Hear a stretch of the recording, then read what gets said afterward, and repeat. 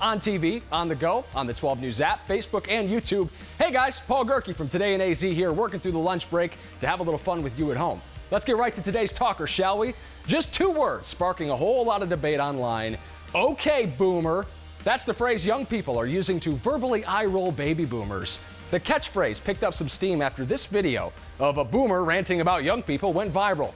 Now we're asking you, do you think okay, boomer is offensive? You can cast a vote right now at 12news.com/bullhorn or on the 12 News app. You can comment down below if you're watching on Facebook or YouTube. We'll share the results just minutes from now. Hashtag most clicked. Here are the stories piquing everyone's interest right now. Possibly the most significant political event in a generation is taking center stage in Washington today. The first public congressional hearings in the impeachment inquiry of President Donald Trump. The witnesses testifying today include Bill Taylor, America's top diplomat in Ukraine, and George Kent, the Deputy Assistant Secretary, heavily involved in crafting policy between our country and Ukraine. Still ahead on Friday, former U.S. Ambassador to the Ukraine, Marie Yovanovitch, will testify in another public hearing. Number two most clicked. A woman accused of abusing her children while having them appear in YouTube videos has died in prison. Michelle Hobson was indicted back in March on several counts of abusing her children. Hobson had been sick for a while, but it's still unclear if that illness directly led to her death. The Pinal County Attorney's Office is not saying if it will continue to pursue Hobson's assets after her demise. Number three, if it's too good to be true, it probably is, especially if it, in this instance, is a $75 coupon to Costco. The big box retailer posted to its Facebook page this week, begging people to stop sharing this hoax on social media. It depicts what looks like a free $75 to spend at the store. If you see it, don't click on that. Don't share it, and definitely don't try to use it because it's not going to work. 12 at 12 loves to save you money, especially if you're planning on flying in the near future. JetBlue is rolling back its prices, but also its perks. The airline is joining other airlines in offering a basic economy fare they're calling Blue Basic. If you buy a seat at the basic economy fare, you can only pick your seat the day before your flight, and you'll board last. This follows similar efforts by other airlines to offer fewer perks that used to be free in exchange for the lowest available fares on a flight. And your Pulse on Health this afternoon. Parents of college students, this one's for you. If your kids' grades are suffering, researchers say Facebook might be the culprit. The University of Technology Sydney finds the more time students spent on the social media giant, the worse their grades were. For example, students who reported using Facebook for 3 hours a day or more had test scores about 10% lower than those who use Facebook less often.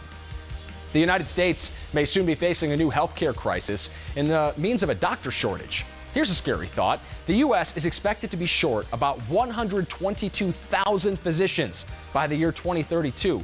To stave off that potential shortage, the nonprofit group in charge of certifying doctors who move to the U.S. from overseas is stepping up to the plate, leading the charge to find new doctors and bring talented medical minds to the U.S. In the last few years alone, the percentage of doctors in the United States who received medical degrees overseas has increased by 25%. Parents, you probably experienced at least one temper tantrum. If it wasn't your spouse, it was probably your kids, although I'm sure they're fantastic. But late talkers might actually be more prone to those outbursts. Researchers found kids who speak fewer than 50 words or who aren't putting words together very well by the age of 2 tend to have more frequent and severe temper tantrums. Experts say if you notice persistent tantrums, you might want to talk to your pediatrician. However, your kids probably will not be throwing a tantrum over the weather because, Crystal, we are seeing some warmer than average fantastic weather out here. Our 12 News weather watchers are pulling off some fantastic fall photos right now in the high country, but it might be a little difficult in the valley to pull off that fall look with temperatures above average. Right now on your shoe cast, you can get away with the bootie or still a sandal because we're maxing out at 80 degrees today. Tonight, if you have some late night plans, perhaps you could bust out the taller boot. Temperatures at a minimum drop to 55 in Phoenix, 60 in Lake Havasu, below freezing in Flagstaff in the Grand Canyon. Tomorrow, Winslow 68 on the cusp of 70 in Payson, and we tack on a couple of degrees on top of today's high for tomorrow with a high of 82 in Phoenix. The sunshine is going to yield to more and more clouds the rest of this week. That is not stopping temperatures. This entire 7 days spent in above average territory and all in the 80s. They're just plain old clouds, though. But by the middle of next week, we could be ushering some clouds that will give us a chance to wring some rain out of them. Thank you very much, Crystal. In other news, the Houston Astros and the MLB are now looking into allegations of a cheating method known as sign stealing. Speaking to sports publication The Athletic, former Astros pitcher Mike Fiers claims the team set up a camera in the outfield to learn and decode the hand signals used by the opposing team's pitchers, catchers, and coaches. This was back during the 2017 season, and if you've got a good short-term memory, you recall the Astros won the World Series that year. The MLB is not commenting on what might happen to the team if the allegations end up being true. Turning to New York City, where the Swarovski Star is arriving at its new home for the next month and a half atop that giant Christmas tree at 30 Rockefeller Center. Daniel Lee designed this year's star, which is 9 feet wide and boasts 70 spikes. By the way, mark your calendars. The tree lighting ceremony for that tree, set for 3 weeks from today. You'll only see it on 12 News. Hey, caffeine lovers, you might want to plan a trip to Chicago. The world's largest Starbucks. Yeah, you heard that right. The largest will open in the Windy City on Friday. The 5-story building houses what can only be described as a Willy Wonka sort of factory, but for coffee lovers. You'll find something different on every level, from signature cocktails to artisan pastries to liquid nitrogen gelato. That's what I go to Starbucks for. And you can get the world famous coffee too, of course. We've all been there, out late, maybe headed home from a party, when you realize you're starving, you haven't eaten. So you hit the Waffle House. Well, some hungry folks recently had that urge, but as Carrie shows us, their night turned into an experience you have to see to believe. The iconic Waffle House. It's a popular spot, especially when those late-night post-party hunger pangs strike. I was on my way home and said, I want a waffle. But when Ethan Crispo slid into a booth after midnight on a recent Saturday night in Birmingham, Alabama, he noticed only one employee was working, scrambling to cook customers their eggs, serve the food, bust the tables, wash the dishes. The look on his face was just bewilderment. Then the short order cook was short on help. That's when a customer seated at the counter grabbed an apron and got cracking. The guy walks behind the counter and starts doing dishes. Then another customer in stiletto heels, her dress bedazzled in sequins, jumped in to brew the joe. I don't think it's anything that special. He needed help, so I got up and helped out.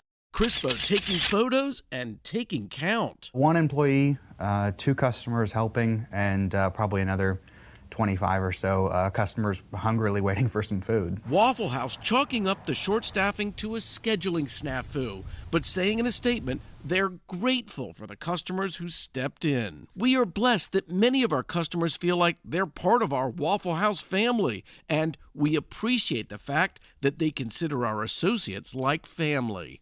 As for Crispo's late-night waffle craving, My waffle was great. I get a double plain waffle every time I go, no syrup. And it tastes just like I always remember it. but what really left the best taste in his mouth was the daily special that late Saturday night, the kindness of strangers. Humanity truly isn't good. It's great. Welcome to the Waffle House family, my friend. Time now for the Daily Juice. Will Ferrell is joining the Five Timers Club. The Saturday Night Live alum will return to host the show in a week and a half. King Princess will be the musical guest. I hope you've heard of that act because I haven't. Ferrell was an SNL cast member from 1995 through 2002. He went on to host the show in 05, 09, 2012, and 2018. Another NBC personality is making headlines today. We're talking about this cat, John Legend.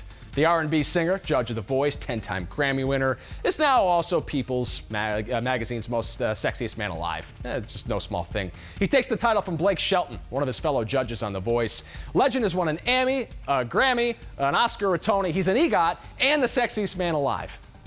Nothing left to win. Time now for an A to Z 60, in which we celebrate the people, places, and things that make the Valley awesome in just 60 seconds. Drones are taking flight across the country, and Chandler Gilbert Community College is launching a new program to teach new pilots. Colleen shows us how it's taking education to new heights. We all know that drones have really increased in popularity over the past few years, and the new Unmanned Aircraft Systems program here at Chandler Gilbert Community College is showing how the sky is the limit for how these can be used. It starts with no experience necessary. I had never once flown a drone at all. They will leave here within a semester having a certificate to be able to use these commercially. Students start here in the simulation lab so they get an idea of how the drone works before they have their hands on a real drone out at the flight center. I'm glad they had the flight simulators because I crashed a lot. Chandler PD officer Eric Berner is one of the first to complete the program. This is the police department. Announce yourself. They'll be constantly getting schooled up on all the different regulations. And being able to fly a drone is just one small part of the opportunities. From building the drones to collecting the data, the information that the drone's collecting. The Association for Unmanned Vehicle Systems estimates that by 2025, there'll be more than 4,000 jobs available in the field in Arizona alone. And that's your A to Z 60. Thanks a lot, millennial. Okay, boomer. That's the phrase young people are using these days to verbally eye-roll those born from 1946 to 1964. That catchphrase picking up some steam after this video went viral. We've been asking you all day, what do you think about this? Is it offensive? Is it a slur even? Some people online have said as much, but about 3/4 of you that have voted say, nah, it's not offensive at all. Thanks to everyone who voted at 12news.com/bullhorn. Time now for the look ahead, the stories you'll be talking about a little later today. A heartwarming update to a young boy's incredible survival story. We check in on Waylon Grotto, who spent his first 5 months fighting for his life in the ICU. How his family is celebrating his birthday by giving back to the community that supported them. That's your 12 at 12. The facts on everything you need to know in just 12 minutes. No commercials. I didn't waste any of your time except with a few bad jokes, but that's what you get for making me work late. We're always on, anywhere, anytime on 12news.com, the 12 News app, and our social media channels as well. We'll see you again tomorrow at noon.